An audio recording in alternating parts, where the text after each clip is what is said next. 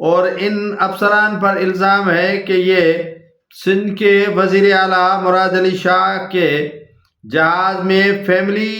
کے ساتھ سفر کرتے ہوئے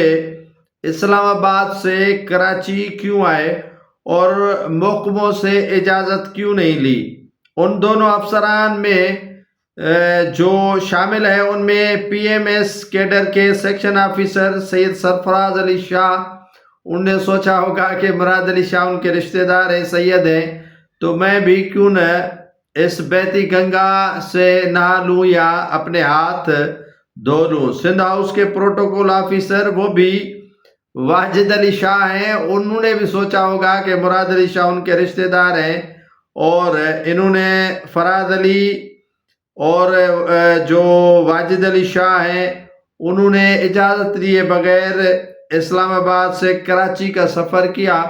اور چیف سیکریٹری کی جانب سے ان دونوں کو معطل کر دیا گیا ہے۔ یہ پہلی مرتبہ دیکھنے میں آیا ہے کہ سندھ گورنمنٹ نے اور چیف سیکریٹری نے جو ہے وہ پھرتیاں دکھائی ہیں، کیونکہ جہاز وزیر اعلیٰ سندھ کا استعمال ہوا اور سفر ان دو سیدوں نے کیا، اور جہاز جو تھا وہ سندھ کے ایک سید کا تھا،